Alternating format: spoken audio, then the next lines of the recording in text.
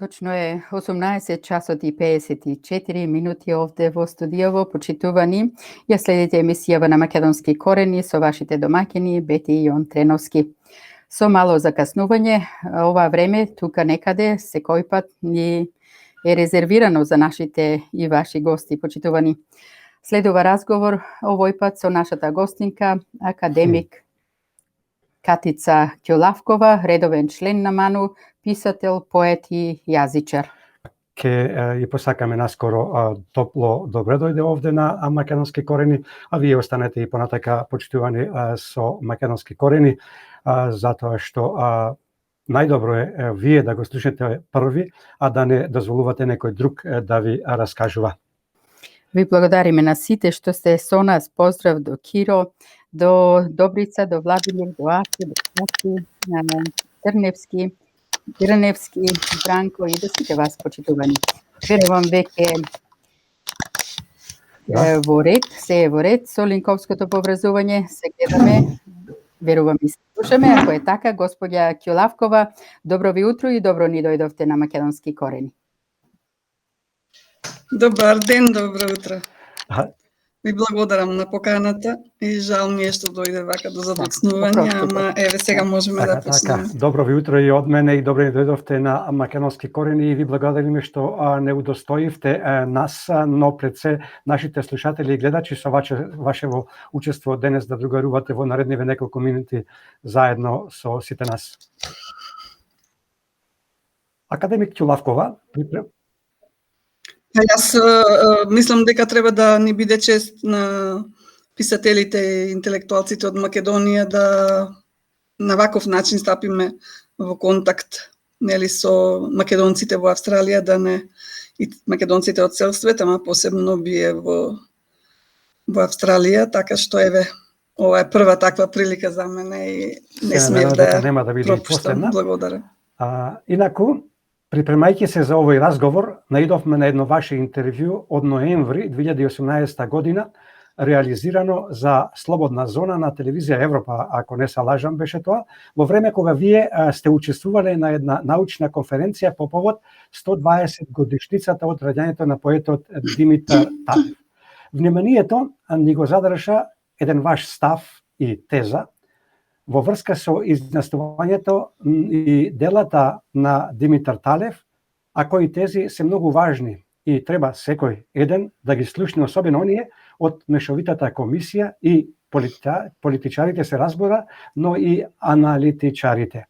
Во интервјуто, посочувајќи го романот Железниот светилник, вие рековте дека Димитар Талев е двосмислена фигура во однос на неговата личност и книжевност, бидејќи говори и пишува на бугарски јазик, а пак неговото дело е инспирирано и целосно посветено на македонските прашања и додавате дека Македонија и Бугарија треба да практикуваат методологија на ексклузивно посматрање и интерпретирање на минатото. Господја Ќолавкова, пред да продолжам, дозволете за нашите слушатели и гледачи, а истовремено и на вас да ви ја освежиме меморијата, да го пуштиме тој дел од интервјуто, доколку успеам да... Не дозволи техниката, така. Да, ја мислам дека ќе биде све во ред, само за секој случај, да видиме само дали ќе успееме. Да, тука сме, само да видиме, да, тоа е то. Талев е општо земено една амбигвитетна, двосмислена фигура во смисла на тие односи меѓу неговата личност и неговата книжевност. Како личност тој говори и пишува на бугарски јазик, а како книжевно дело, неговото дело е инспирирано и целосно посветено на македонскиот топус, на македонскиот въпроси или прашања и на македонската проблематика. И од подалечната историја и од поблиската. Треба да почнеме да практикуваме една методологија на инклузивност, на инклузивно посматрање и интерпретирање на минатото. Тоа беше краткото видео.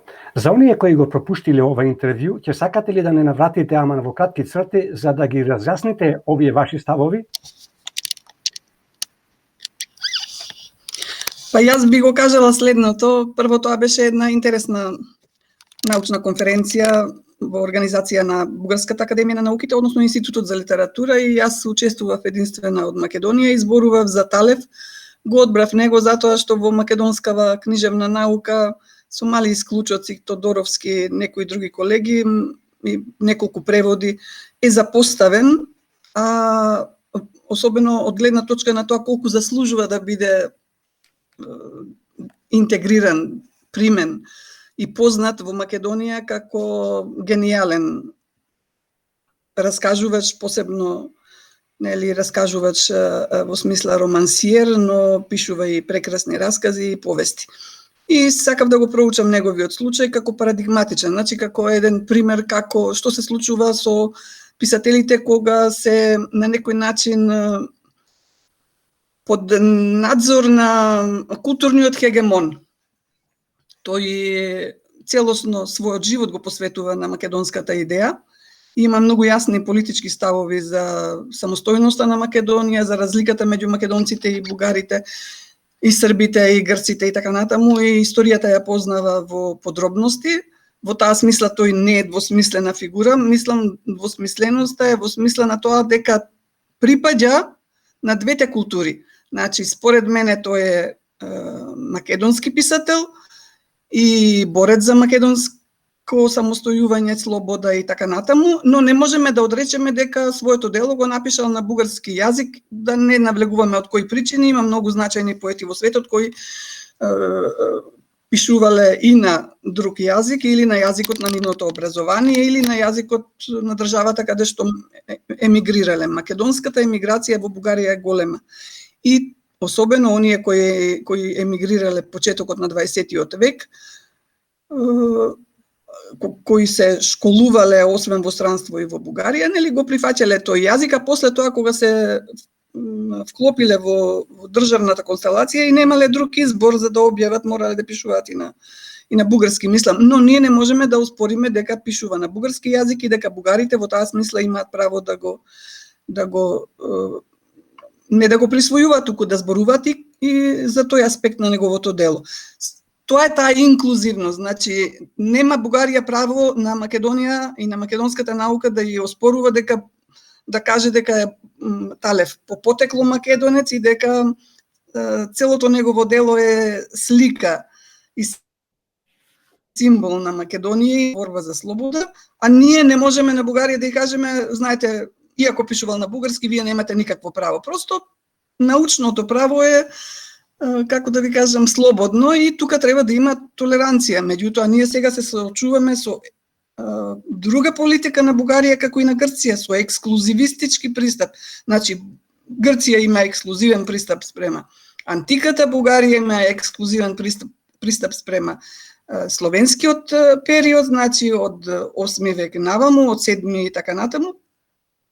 И на крај се испоставува дека значи се што е македонско како култура, како народ, како јазик не постои пред 45-та година и тоа е тој, како да кажам, таа политика што беше дури предмет на интерес и во преговорите со Грција од страна на представникот на Обединети нации Метјо Нимиц се кажа дека не смее да се дозволи ексклузивен пристап. Значи, секој може да се повикува на антиката, на средновековието, од свој аспект да си го пронајде својот интерес и својот агол на гледање. Во таа смисла Талев спаѓа во редот на писатели кои имаат, ние викаме, двократна, двојна припадност или тројна некои писатели. И Прличев може некој да каже дека, нели, грчкиот јазик тогаш го прославил, ти пишувал на совршен грчки во тој миг, но не може да каже дека тоа не е македонски писател исто така, или не е македонски културен деец и дека не е македонец по потекло.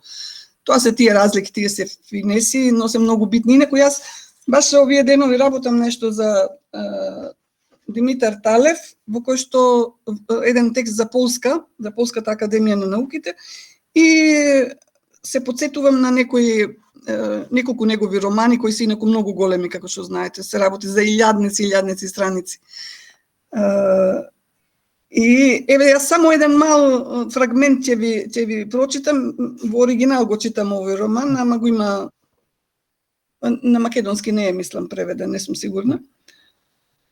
Тој вели во име на Гоце Делчев. Гоце Делчев е историски лик во романот, бидејќи романот се вика Илинден, значи ја опева епохата на Илинден и навлегува во сите политички финеси на оваа епоха, и идеолошки и национални. Тој вели Македонија има своји интереси и своји политики, таа политика и тој интерес, значи, се однесува на сите македонци. Но оние кои, вика, копнеат, работат и се присоединуваат кон Бугарија или кон Грција, тие може да мислат само дека се добри бугари и добри грци, но не и добри македонци.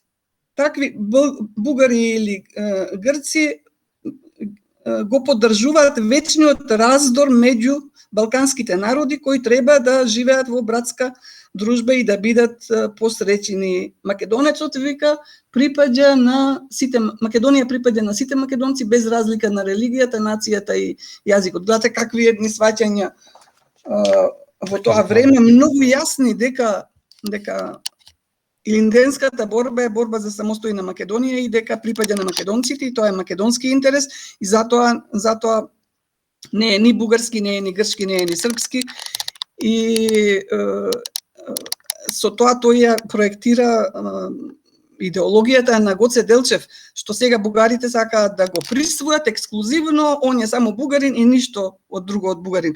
Како да ви кажам, јас некогаш на шега велам, па треба да биде културно и за државата нелагодно и за интелектуалците да присвојуваат така ексклузивно историска фигура и револуционерна фигура како што е Гоце Делчев, затоа што Гоце Делчев не се борел за Бугарија, тој напротив се бори за Македонија на некој начин против тогашниот интерес на Бугарија. И вие сега сакате да го величите како бугарски јунак, ме разбирате? Да. Просто бугарите прават современата бугарска политика некои парадоксални заклучоци и водат парадоксални и штетни политики, штетни во однос на нашето добрососедство и нашите евентуални односи кои би воделе кон соработка врз принцип на заемна почита, не врз принцип на негација на македонскиот народ, идентитет и право на своја држава. Добро кажано. Господја Ќелавкова, сите ние сме сведоци дека многу познати светски личности кои не се македонци, пишувале и говореле, а и сега пишуваат и говорат на нивните јазици, но говорат за Македонија и македонското прашање. А политичарите и интелектуалците од тие земји, освен од Бугарија, никогаш не рекле дека Македонија, јазикот и идентитетот се или биле дел од нивната земја. Како ќе го објасните ставот на дел од бугарските интелектуалци, како и на бугарските политичари, кои ја туркаат тезата дека македонскиот јазик е бугарски, а историјата ни била заедничка и дека Македонија е дел од Бугарија само затоа што некој како Димитар Талев пишувал на бугарски јазик?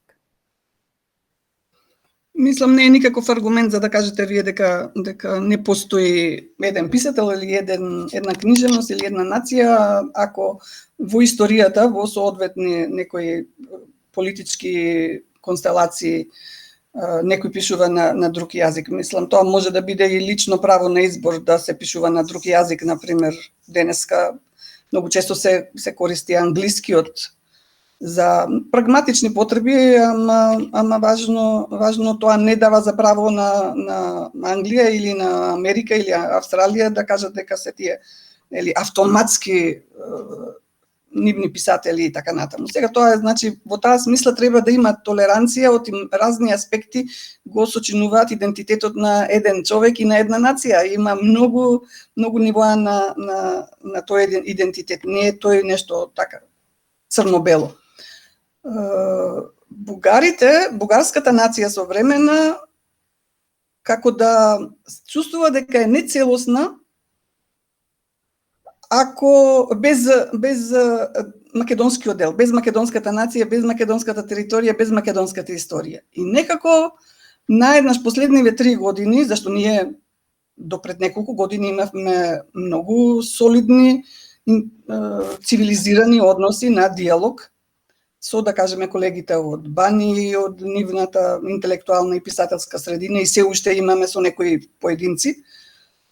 Но, велам, го има тој синдром дека нема да бидат целовити ако не се присоединат со Македонија, ама на начин македонците да бидат представени како бугари, македонскиот јазик како бугарски и Македонија како бугарска територија. И мислам тоа е навистина една, како да кажам, не само апсурдна и патолошка вака состојба. Мене ми е жал што доаѓа до тоа, како може една нација која сепак си има своја, нели, прекрасна и историја и народ да држава да се чувствува дека е нецелосна и дека нешто и фали и недостасува како да е од неа одцепено. Тоа е нивниот Стан Стефански сон.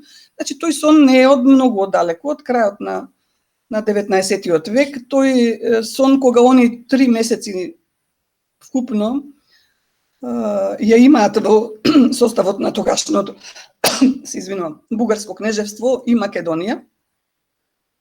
Но на Берлинскиот конгрес, нели, веднаш Македонија повторно е вратена во рамки на Отоманската империја и тие тоа не можат да го прежалат. Македонскиот јазик не може да биде бугарски, затоа што македонскиот јазик, јазикот на македонците кои живееле како словени, тогаш сите биле јужнословенски и други словенски народи се викале словени, но јазикот на македонските така наречени словени од 7-8 век бил толку развиен што довел во 9 век да биде, нели, кодифициран како црковнословенски, како старословенски на почетокот, ама сепак за потребите на црквата и да биде признаен дури и од папата.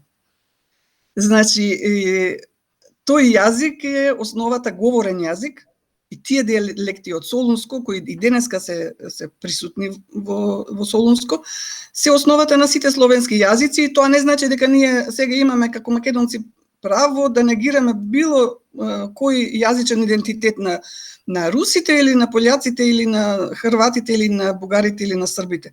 Меѓутоа, никој нема право да каже дека македонскиот јазик нема свое потекло и дека нема никаква улога во развојот на јужнословенските и на словенските јазици. Просто тоа не е точно. Македонскиот јазик е толку развиен систем и усовршен со тек на време, нели, што тој поседува свој диалектен систем. И не може да биде тој диалект на бугарскиот јазик, кога од бугарскиот јазик е толку оддалечен во последните 2 века, што, мислам, дури во 19. век, разликите меѓу македонскиот и бугарскиот говорен јазик толку биле различни што се спорело околу тоа дали може и дали треба да се направи еден заеднички кодифициран, пишуван, писмен јазик. И тогаш, значи, средината на 19. век, 1864 година, Партени Зографски прави на граматика на нарекува славомакедонскиот јазик на 240 страници во Цариград и објавена е книгата, но исчезнува, како што е запленета и книгата на Крстен Мисирков.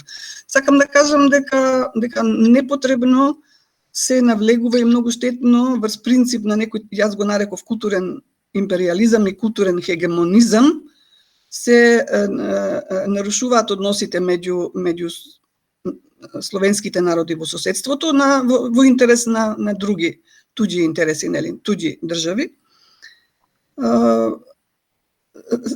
Тоа е една политика која е локално сега обнова на тој културен империализам, јазичен империализам, како што се нарекува во теоријата, кој мислам дека само ќе биде на штета на приближувањето на нормалната соработка, диалог и развој на нашите односи меѓу народите словенски на регионот на Балканот. Мислам дека, за жал, тој културен империализам владее во цел свет, во регионите каде што претходно имало некакви такви појави на хегемонија и јазична и културна, и дека денеска би требало да биде така веќе ставена дакта, меѓутоа еве за жал се обновува Но не е проблемот тоа толку што само Бугарија застапува ваква една погрешна и штетна политика, туку проблемот е во тоа што дел од македонските интелектуалци и од политичката елита ги прифаќаат тие ставови, односно се толку рамнодушни спрема историјата и спрема историската вистина, толку се индиферентни, толку се некритички се однесуваат спрема историската вистина и спрема интересот актуелен на македонската држава и на македонската нација, што на некој начин викаат, па не е битно, нели, историја си е историја. И тоа прави ненадомеслива штета. И јас морам да кажам дека сепак е поврзано и со меѓународни политички интереси и дека започнува уште 1993 година, кога нам не ни се прифати уставното име Република Македонија, туку сме примени во Обединети нации под референцата ФИРОМ, поранешна, нели, Југословенска република Македонија. Потоа дозволивме еден исто така упат во демократскиот систем и упат во сувереноста на Македонија 2001 година, па 2004 на некој начин, и тоа продолжи се до Преспанскиот договор и Бугарскиот договор, кој, иако и јас лично поверував дека може би ќе биде баш добрососедски, оти ние можеме да зборуваме за споделена историја, ама секој ќе си ја чита на свој начин и има право да си ја толкува на свој начин. А тоа не го разбираат, они мислат дека она што е заедничко е нивно. Значи, заедничката историја меѓу Македонија и Бугарија е бугарска, или меѓу Македонија и Грција во антиката е грчка, што е, нели, крајно неточно и крајно штетно. Академик Ќилавкова, пред околу 2 месеци МАНО го промовираше проектот наречен Прилози кон историјата на македонската култура. Вие, како главен уредник на тој проект, ќе ни кажете ли што содржи ова заедничко издание, кој период опфаќа и дали се работи само за историјата и културата на Македонија во овие граници кои што сега ги имаме, или пак станува збор за Македонија во поширока смисла? Благодарам на ова добро прашање. Значи, ние појдовме од тезата, редакцијата на овој проект и на ова издание, начело со председателот на МАНО, академик Липчо Коцарев. Појдовме од тезата дека македонскиот јазик, македонскиот народ, македонската култура постоеле и постојат и надвор од границите на сегашната држава или на оние држави каде што сме припаѓале, империи заправо. Значи имаат еволуцијата, не треба да се меша и историјата со сегашната состојба. Има македонци кои живеат и надвор од Македонија и во регионот и на други континенти, вие сте жив доказ за тоа и така натаму. Исто така со нив живее и македонскиот јазик и македонската култура.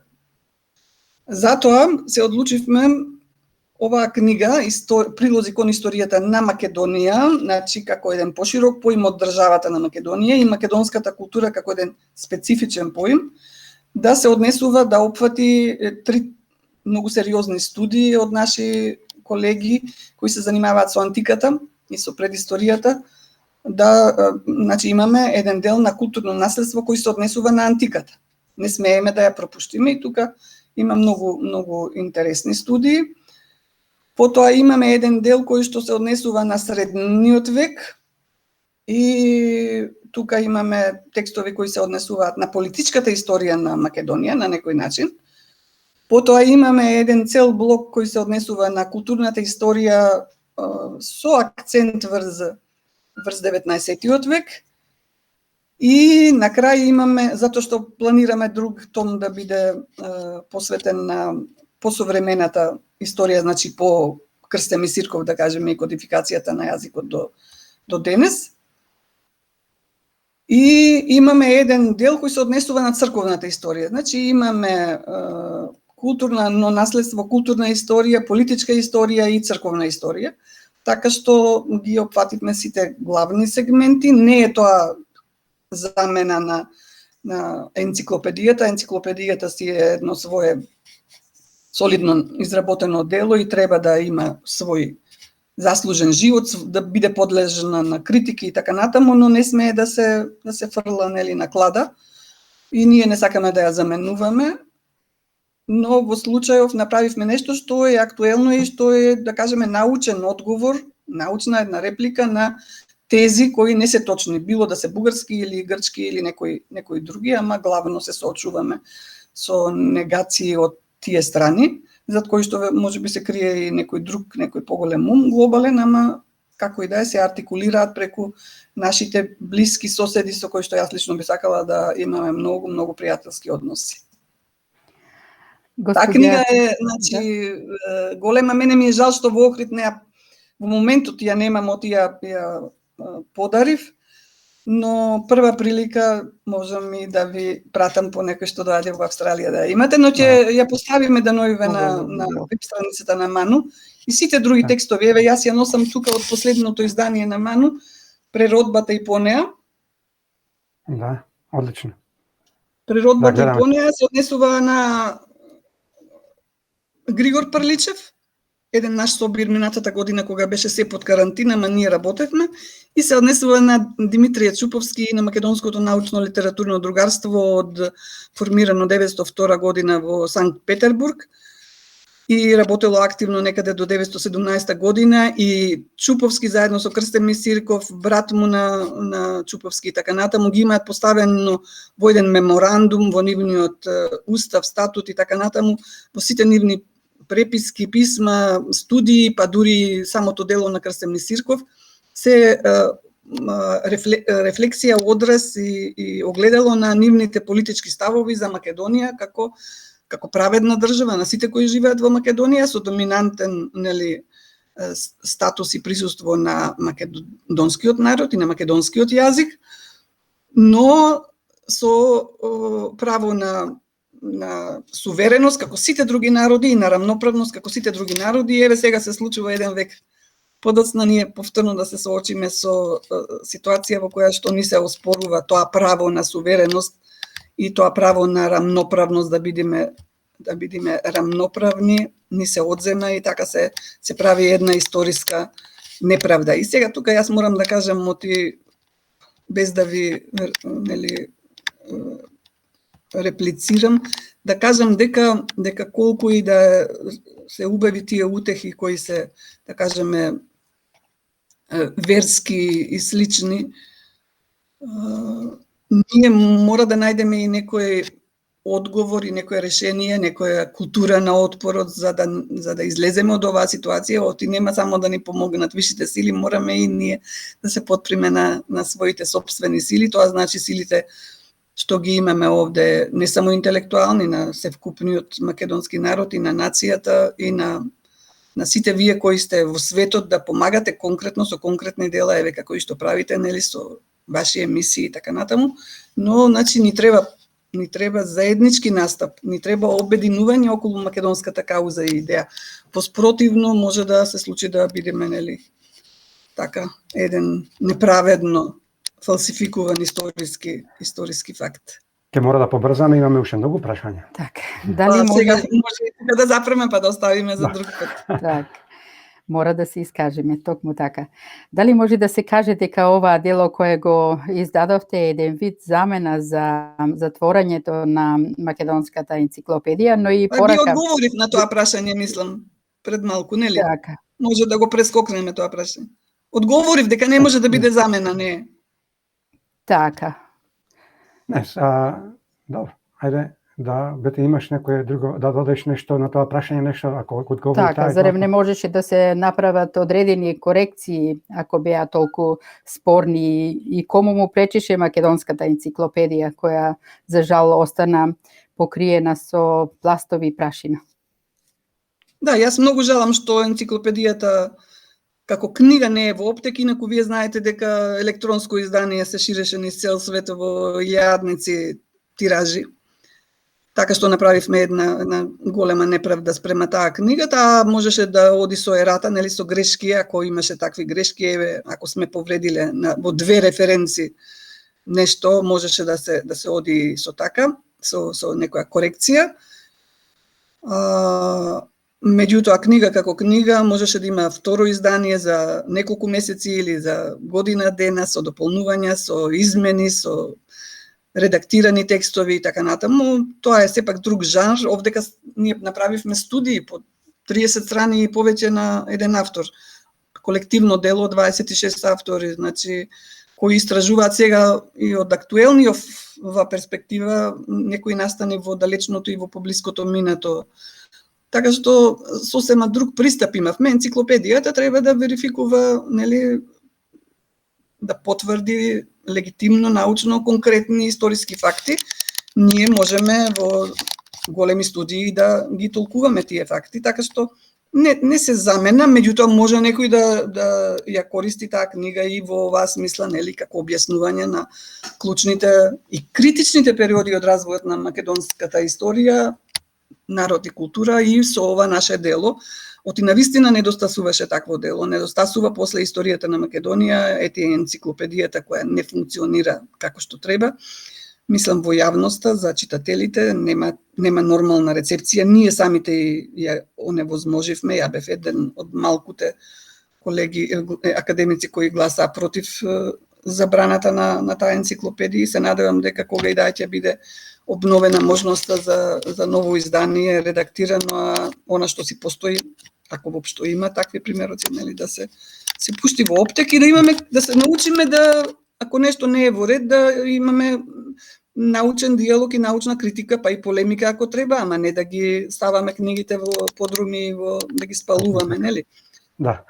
Инаку последниве година-две на релација Македонија и Бугарија се случуваат еден вид на интензивни преговори, поточно тензични, односно особено од бугарската страна.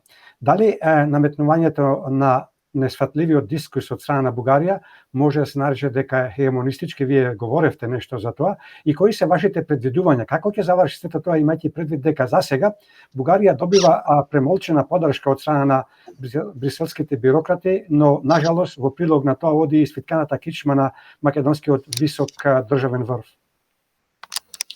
Па јас мислам дека никако не смее да добие поддршка од нашиот политички врв и од нашите научници, да кажеме, интелектуалци и така натаму, кои се обидуваат, нели, да толерираат одредени барања, како што кажав, така, посматрајќи ги нерамнодушно, не мислејќи што потоа, што ќе се случи потоа, ако ние се откажеме од автономната наша историја, која има допирни точки со сите европски, а не само народи од регионот, меѓутоа си е македонска. И, значи, ако ние го направиме тоа, тогава исто како да сме се откажале, откажувајќи се од историјата, исто како да сме се откажале од нашето право на сувереност, на суверена држава и на суверена нација. Ќе ги изгубиме од ликите на нација. А ако не сме нација, ќе бидеме малцинство во некоја држава. Ме разбирате, тоа е, мислам, погубна политика оти културната автономија, значи на некој начин и право дава легитимитет на постоење на државата и на нацијата. Сега јас тука жалам што ние денес, поради тоа што ние не сме во типична смисла на зборот демократски конструирана држава. Ние сме држава која функционира на принципот на мултиетничка демократија. И тука имаме дадено неколку закони и уставни права кои овозможуваат, да кажеме, малцински групи да надгласаат мнозинството. Демократијата по дефиниција е, нели, владење на мнозинството. Ама ние, бидејќи имаме партии на етнички принцип, и се е поставено на етнички принцип, многу се фрагментиравме, се вика тоа, се расцепкавме и затоа сме лесно подложен плен за да бидеме владеени од страна, да бидеме раскарани и така натаму. Значи, поентата ми беше дека ние тешко доаѓаме до дефинирање на нашата кауза национална. Ние, освен евроатлантски интеграции кои доскоро не поврзува, ние немаме нешто за кој ќе ги поврзува сите различни етницитети, различни партии и така натаму. Па дури имаме внатре македонски судир околу тоа прашање. Значи, ако не успееме подитно да најдеме, да направиме договор за таква уставно национална државна, во таа смисла, сите да се препознаеме во таа кауза, во тој државен национален интерес, тогаш лесно ќе самите меѓу себе ќе се, како да кажам, ќе си направиме обструкции кои ќе бидат на штета на македонскиот народ, оти очигледно дека се оди во таа насока да биде се на штета на македонците. Така. Господја Ќилавкова, премиерот Заев, но и Македонско-Бугарската мешовита комисија, која разговара за историските факти од поодамна, изјави дека комисиите се договорени за 5 историски личности, и тоа за Свети Кирил и Методи, Свети Климент, Свети Наум и Цар Самуил, а сега Бугарија преку Бугарската комисија цврсто инсистира да го присвои Гоце Делчев, зашто и спомнавте предходно, но да дополниме. Како ќе ја прокоментирате таа нивна небулоза? Може ли еден револуционер, во овој случај Гоце Делчев, кој целиот негов живот и идеали ги посветил на Македонија и македонската автономија и борба за слобода на Македонија и македонскиот народ да биде бугари? Знаете како треба да се поучиме и од други цивилизирани народи кои се помиролюбиви, барем сега водат такви политики кои водат кон подем на државите и на регионот, на пример нордиските народи, данскиот, шведскиот, норвешкиот, имаат споделена историја, биле и во заеднички држави, имале и заеднички допирни јазични точки, имаат до ден денес, ама никој не си дава право на другата држава, на другиот народ и за другиот јазик да ги негира, да ги оспорува или да им прави било каква пречка за некаква европска или било каква друга меѓународна интеграција. Просто тоа е вон од некоја цивилизацијска норма. И тоа треба да го сватат нашите, дека ниту една и фигура од, да речеме, словенската историја, значи на словенските народи, не може да се присвои само од еден народ. Грешка е што бугарите велат, денот нели го прогласија 24 мај за ден на бугарскиот јазик, бугарската култура и така натаму и така натаму. Они можат да си го толкуваат и како ден на Бугарија. Меѓутоа Кирил и Методи се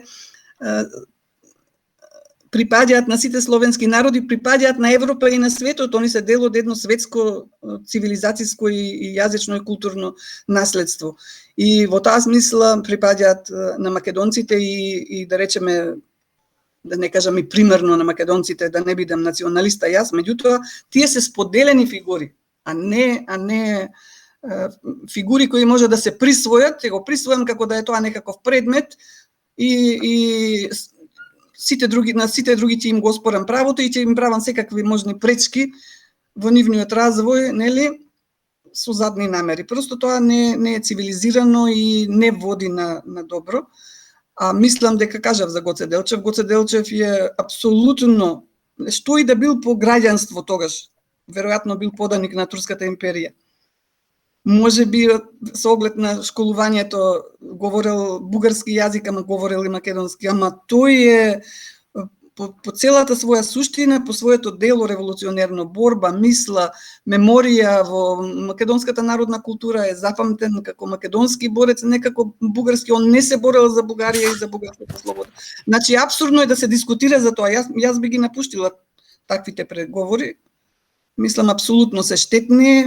За ниту една историска фигура нема што да се потпишува било каков договор. Науката и слободната мисла и научна и писателска и човечка е доведена во прашање. Таа е слободна и треба да допуштиме со аргументи, со векови унапред, нели, да си ги проучуваме историските факти и личности и да соработуваме во таа смисла, ама не и да тоа биде камен на спрепнување и неискушение сега на нашите односи, затоа што некој таму, и тоа полуписмени политичари од Бугарија или од Македонија одлучиле така да биде. Мислам, просто тоа не може да се стави ад акта со некаква политичка или било каква спогодба.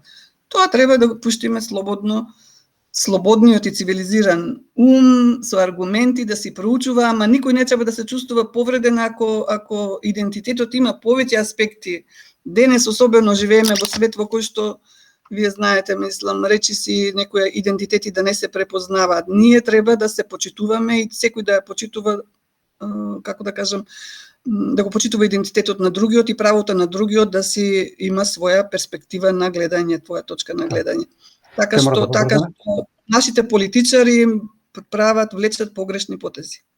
Во изминатиот период од 3-4 години сведоци сме дека Европската унија ги канонизира небулозните услови кои ни ги доставуваат соседите Бугарија, Грција и Албанија, а со деценија молчи за екзодусот на македонците од Егејска Македонија, но и за македонското малцинство во Бугарија. А пожално тоа е што молкот, неагилноста и сервилноста на нашите политичари. Кој е вашиот став за ваквите двојни стандарди на цивилизираната Европска Унија? Каде води се тоа ова што им препорачувате на македонските политичари пред се на оние од власта? Па мислам дека треба да се бара некоја алтернатива. Мислам дека таа двојна политика, односно тие двојни стандарди почнаа уште, како што кажав, со приемот на Македонија под име на референца, а не уставно име.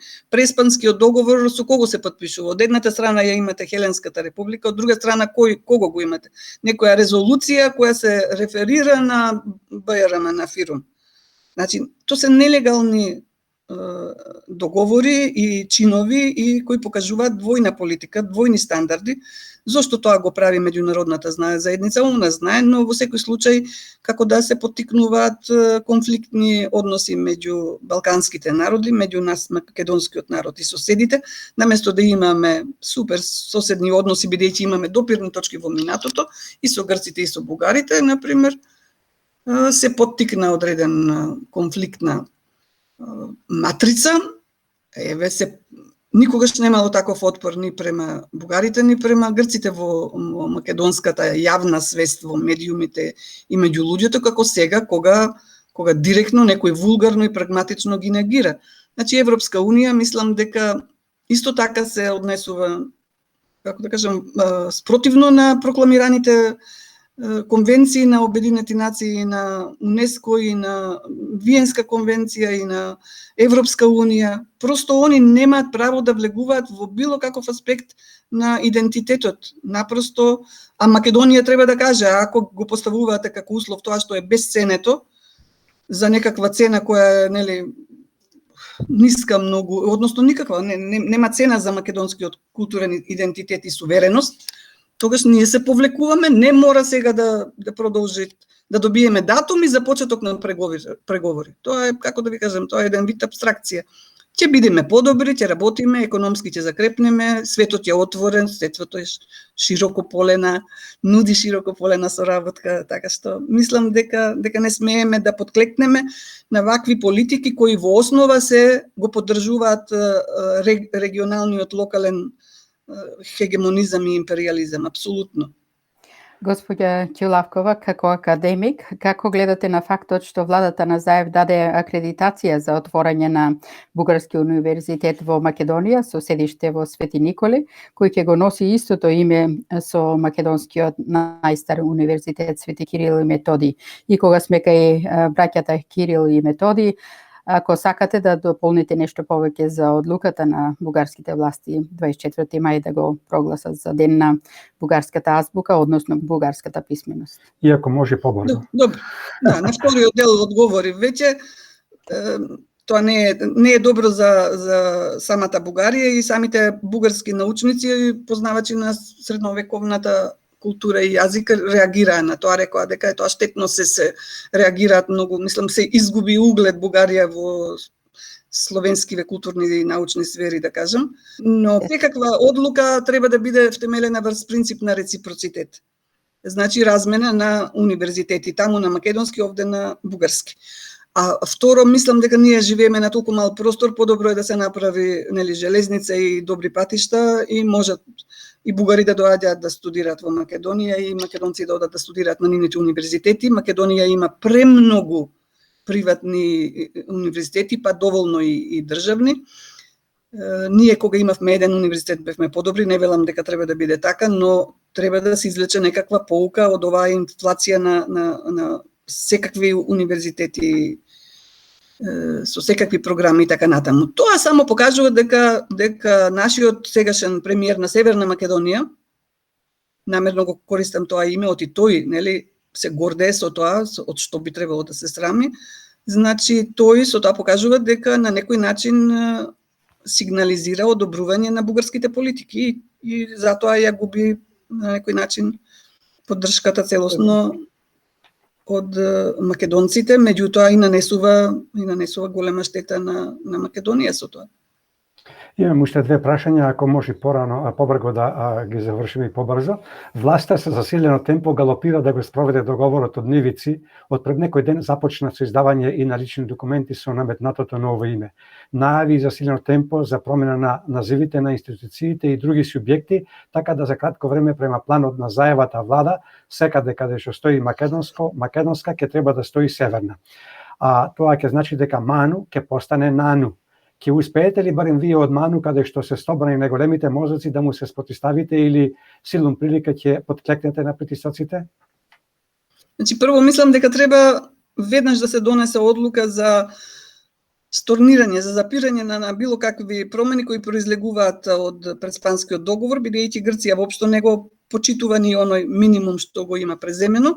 Второ, затоа што ние кога го потпишувавме тој договор, односно нашите политичари, не мислеа на последиците. Последиците се очигледни и директно одираат на идентитетот на македонците. Повеќе нема, според нашиот устав, а он е најважен акт за определување на идентитетот, оти се заснова врз самоопределување. Нашиот во случајов на Северна Македонија се заснова на фалсифицирани резултати од референдумот од пред 3 години веќе, нели? И значи се оди во насока на тоа да се негира, да не претворат во северно македонци, односно можно е во со тек на време ако со Бугарија нешто се случи и во нешто друго, нели да не однесат во некој уште поголем ќорсокак. Во Ману сега за сега не се случува ништо и сметам дека не смее да се прифати тоа. Треба ние да бидеме, како да кажем, да поддржиме оваа идеја, да се едноставно запре тој процес со преспанскиот договор, за да се создадат услови да се укине, затоа што е нелегитимен, е склучен меѓу една суверена држава и оваа другава за која чисто идентитет не е прецизно кажан, како што налага меѓународното право, затоа зборуваат правници, може со нив да разговарате. Барајќи информации за денешниот разговор, наидовме и на една ваша студија за топонимите, која е објавена и на англиски јазик. Знаеме дека топонимите во Грција и Бугарија се променети, а тоа е исто така направено и во Македонија, некаде пред 17 години, поточно во 2004 година. Македонската влада преку потпишувањето на договори покрај се друго ги прифати новите топоними. Академик Ќулавкова, може ли накратко само со неколку зборови да се изјаснете и на оваа тема, но со поголем акцент на топонимите во Македонија? Значи, никако не смееше да дојде до тоа да се променат топонимите на начин на кој што тоа се направи во македонскиот парламент со превод од македонски на албански. Македонските топоними ги има по целиот Балкан, мислам и во Грција ги има, и во Албанија, и во Бугарија. И тие се сведоци за нашиот историски развој, за нашето постоење и според сите меѓународни прописи, топоним може само да го напишете на друго писмо, значи да го транслитерирате буква по буква од македонска кирилица, например на грчка кирилица или на албанска латиница. Или на англиска латиница, ама никако да се преведуваат. И тука е направено исто, мислам, тоа се етноцидни политики, значи културоцидни политики. Не правите геноцид, ама правите, го уништувате културниот идентитет, со тоа и идентитетот на народот и како последица на сето тоа доаѓа до општо незадоволство, депресија и се зголемува миграцијата и така. Значи, сметам дека има можност по 2004 година, да кажеме, кога имаше големо мнозинство во ВМРО да го смени овој закон, да се огради и така натаму. Меѓутоа, никој тоа не го направи. Едноставно има изгледа некои виши сили кои постојано ги поддржуваат штетните одлуки и закони и промени на уставот. Госпоѓа Ќулавкова, ви благодариме за учеството во Македонски корени. Имајте си убав викенд, останете ни во добро здравје, пријатно до слушање и секако довидување овде на Македонски корени. И јас ви пожелувам и вам и на сите македонци во Австралија секое добро. Пријатно и довидување, останување во контакт. Довидување.